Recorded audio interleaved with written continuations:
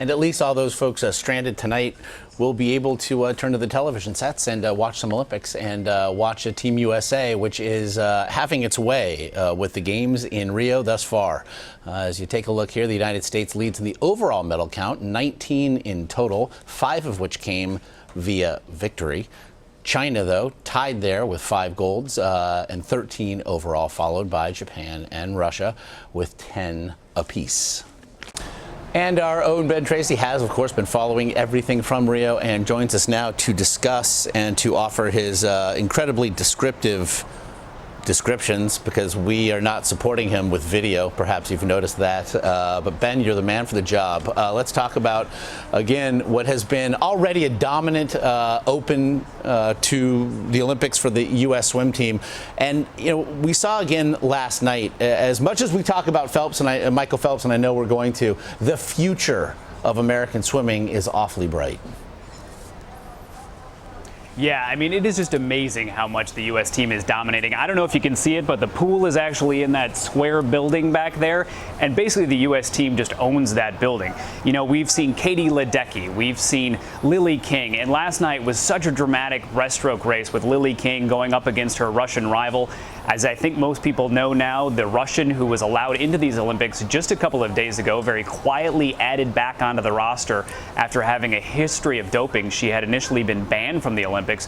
And there was no love lost there. I mean, you saw Lilly King kind of look over at her with some shade before that race began. And when it was over, she actually pounded her fist in her lane and then turned around and went and hugged her fellow Team USA member. So that's quite a big deal. And tonight we're going to see Michael Phelps back in the pool, which will be very interesting. Phelps, they're calling this the rematch in Rio. He is trying to get some redemption from having barely lost the butterfly event in London to his South African rival.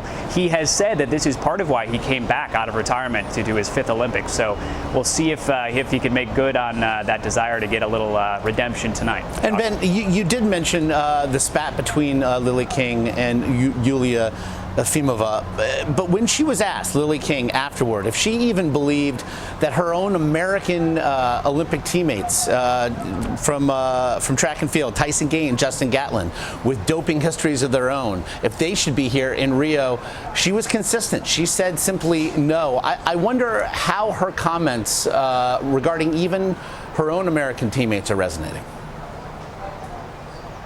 It'll be interesting. I mean, she made those late last night, so it'll be interesting to see how that plays out today. But that's gotten a lot of pickup, and she's right. You know, it's easy for us to point the finger and say, look what's going on in Russia. And I think they're getting, obviously, a lot of criticism fairly because of what had gone on there in terms of a state-sponsored doping program. But Americans are not immune to this. We have many athletes, U.S. athletes, that are competing here in Rio who have previously been sanctioned for doping, and she name-checked 2 of them last night. So, yeah, I think she is trying to be consistent in saying it's not just because your country did a lot of bad things, it's because you, the individual athlete, did. I pressed the IOC on this yesterday at a news conference saying, you know, why are you allowing these athletes who were banned to now compete here? And one of their responses was basically, hey, we have athletes in a lot of different events from a lot of different countries, including you, the United States, who are here competing, having a history of doping. Also, you know, we see all the dominance in the pool behind you, and it almost seems like the American female gymnasts are saying, all right, swimmers, anything you can do, we can do better. And tonight we're going to see them do it again, the Fierce 5 in action.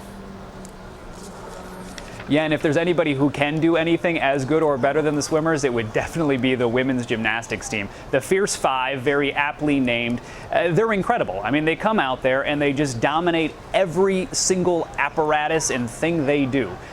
They came out of the qualifying rounds with a 10-point lead over every other team.